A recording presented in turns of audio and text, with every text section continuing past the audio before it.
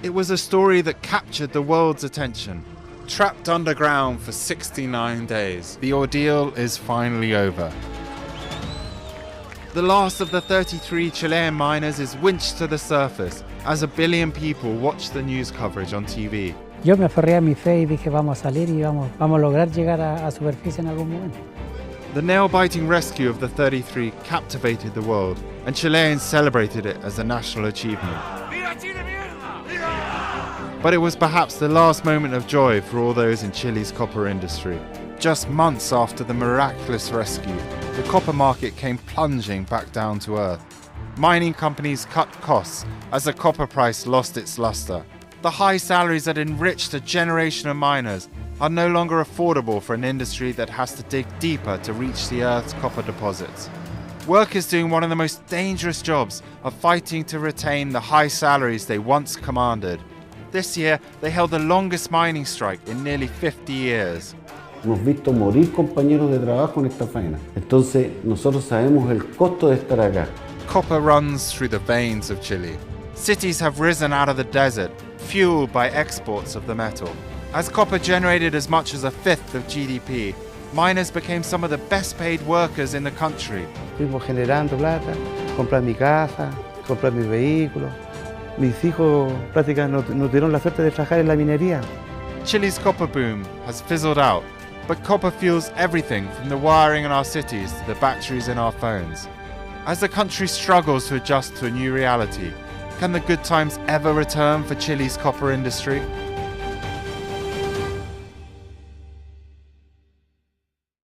Chile is a country built on copper.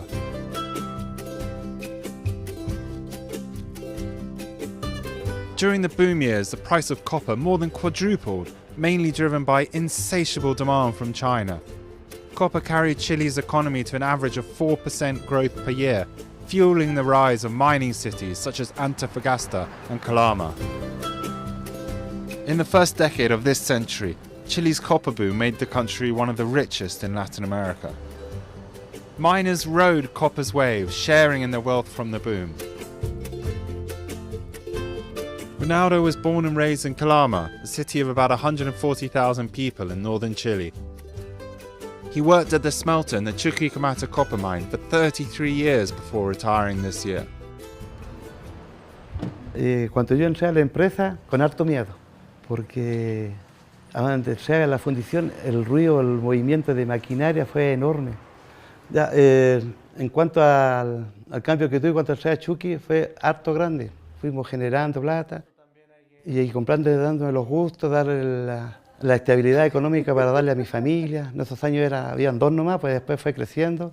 Y ahí hasta que llegó a tener, y el cambio que hubo radical fue grande mío porque empecé a tener mis cosas. Comprar mi casa, comprar mis vehículos, darle educación a mis hijos. Miners in Chile receive bonuses as high as $35,000 just for signing on to new contracts every few years. Ronaldo took early retirement when the state-owned miner Codelco was cutting costs at Chuquicamata. His career has enabled him to buy 4 houses and 2 cars. He represents the generation of miners who have benefited most from copper's boom. Para mí la minería es el sustento de la ciudad de Calama.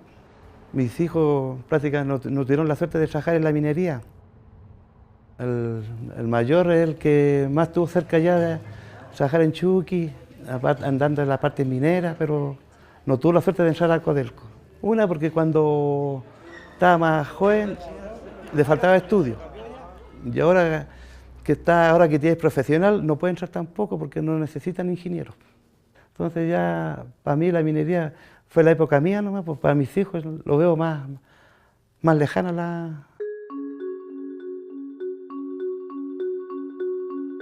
Ronaldo has followed in the footsteps of hundreds of thousands of Chilean men who have flocked to the Atacama Desert to make their fortunes. The driest desert in the world, with some places that have never recorded rain, it spans 41,000 square miles, roughly the size of Cuba.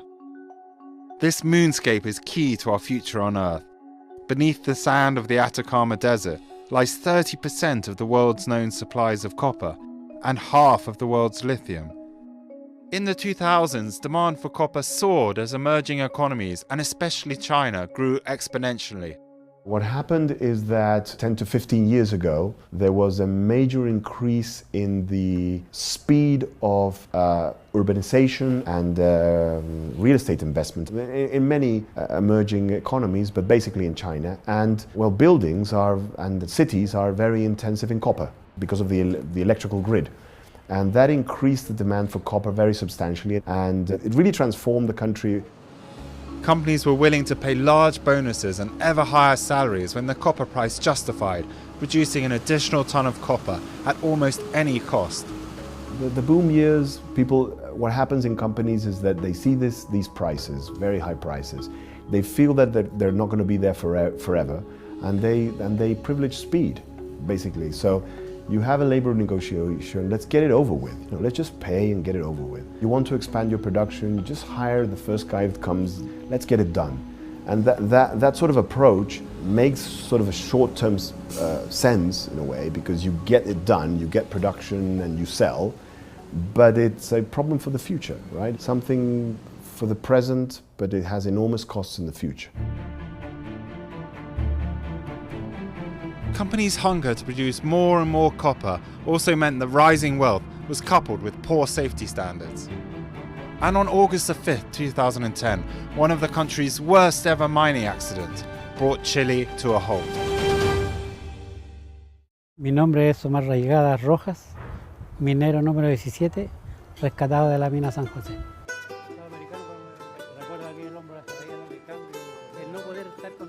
La verdad es que yo soy nacido y criado en las minas. Mi padre era minero pirquinero, mi madre era campesina. Por lo tanto, yo desde pequeño me relacioné con el tema de la minería y yo desde un principio no quería ser minero por el hecho de ver cómo mi padre, mis tíos sufrían en la mina.